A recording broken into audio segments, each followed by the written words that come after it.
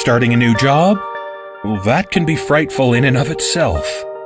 The new coworkers, the new office rules, the new deadlines. All scary stuff. And when those deadlines force you to work later than normal, there are even scarier things to contend with. Author Leon Chan makes that very clear as he describes for us why he will no longer be working late.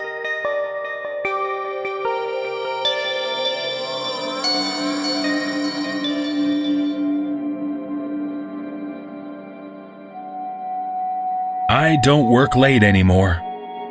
That's what the guys told me the first day I joined the company as a cubicle rat. We don't work late here. The office could be any one of a million around the world. Partitions about 5 feet high. Too high for a person to be distracted by looking or talking to cubicle neighbors, unless he was standing up. The air swirls with a miasma of electronics, printer toner, stale coffee, and air freshener. A soft whispering of curse words muttered, the scratchy sounds of music leaking out of cheap headphones, and the drag of smart shoes across the dull gray carpets. Rows upon rows of cubicles, a graveyard of college dreams. I'm in the last row of cubicles before the drywall, all the way in from the doors to the elevator and the fire escape, and the windows, and any form of natural light. The only consolation was that there was a good 8 feet of walking room behind me, to give enough space for copiers and for the occasional conversation with my fellow cubicle rats. It was the second week of work, and already the learning curve was getting to me. I had to turn in a report the first thing on Friday morning, and it was already Thursday evening. I hadn't even finished half the number crunching I needed for the report. I was in full work mode, headphones on, music blasting. It was already 1 in the morning when I received the first pop-up on my computer. We watch. It was on our IM system, sent from Brad's desk. No working late, my ass, I thought. Guess they don't want anybody pulling ahead of the rat pack.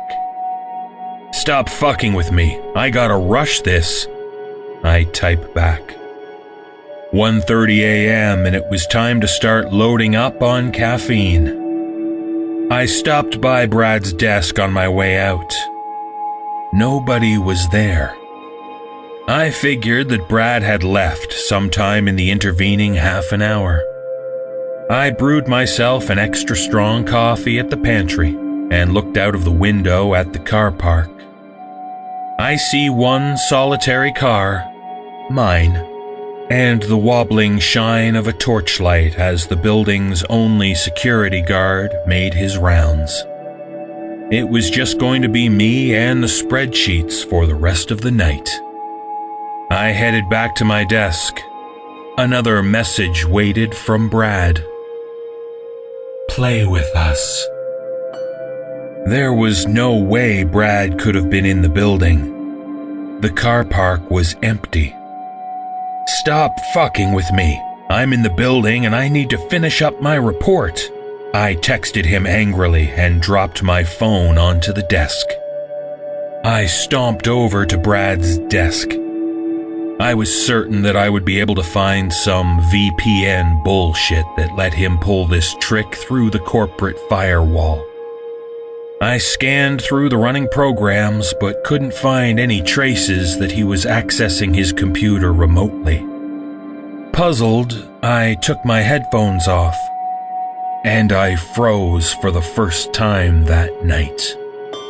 The ventilation sounded strange. Instead of the usual low rumble in the background, it came in intermittent pulses. Whoosh. Whoosh. Whoosh. With the pauses, it gave the eerie feeling that the entire building was breathing. I was already seriously considering giving up on the report and getting the hell out of the building when something else made the decision for me. Messages started appearing on Brad's computer, too fast to open all at once. Stay with us. They were being sent from all the computers around the floor. I looked into the next cubicle, and the screen had lit up with the same flood of messages. Even if this was an elaborate joke, I was thoroughly freaked out.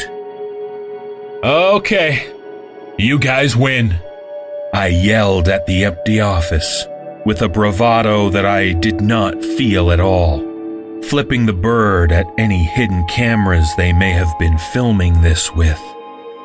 I ran back to my cubicle. When I got there, I was confronted with the sight of my own terrified face on my computer screen. Someone had switched my webcam on. Someone or something was in the room with me. There was an actual switch for the webcam that needed to be flicked to turn it on. As I watched, one last message popped up on my screen. Time to play. That's when the lights went out. Every single light on the ceiling and every single computer screen except mine. By this point, I was already half crazed with fear, and I let out a little yelp. The entire room was dark, except for the faint glow of my computer screen. Since my cubicle faced the wall, there was nothing but pitch blackness behind my face on the screen. I scooped up my car keys, ready to leave.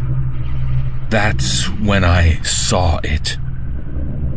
In reality, this must have only lasted for seconds, but I remember it feeling like hours. 2 bright points above my left shoulder, in the darkness outside my cubicle. Goosebumps rose on my arms as I shivered, mesmerized by the 2 points. One disappeared for a second and reappeared. Then I realized what they were. Eyes. A wink.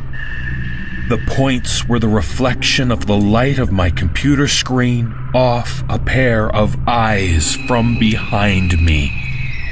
That's when I made the only good decision the entire night.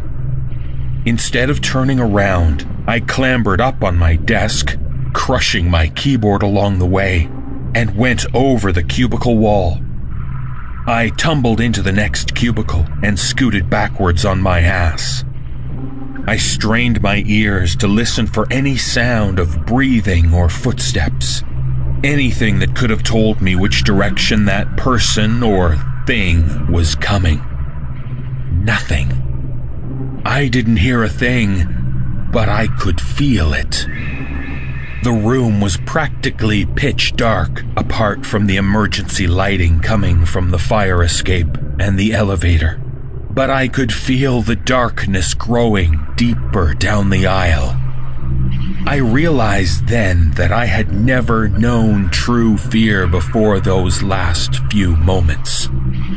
That absolute terror when your entire body seizes up and your muscles will not obey you. Like when my cat had cornered a small mouse and I saw it shaking in a corner instead of attempting to run away. My breath came in short rasps, iron bands tightening around my lungs. I tried to get up, move backwards, or just move, but I was shaking like a leaf. My body was soaked with sweat, but I felt like I was naked in a snowstorm. Brad saved my life that night. The banal tune announcing an incoming message rang clearly through the silent office. The dark paused.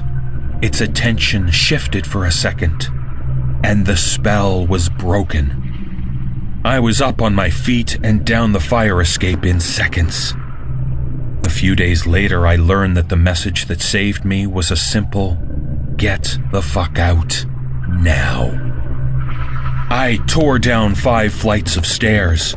I was already belting down the lobby to the main door when I heard the little chimes of the elevator coming down from the 5th floor. I burst out of the building and sprinted across the car park. As I burned rubber out of the car park, I took one last look through the lobby at the elevator. It was totally dark inside the elevator. Not just as if the lights were out. It was as though the light from the lobby itself was being repelled by whatever was in the elevator. I didn't get back to work till 2 days after my ordeal. My boss was surprisingly understanding about missing the deadline.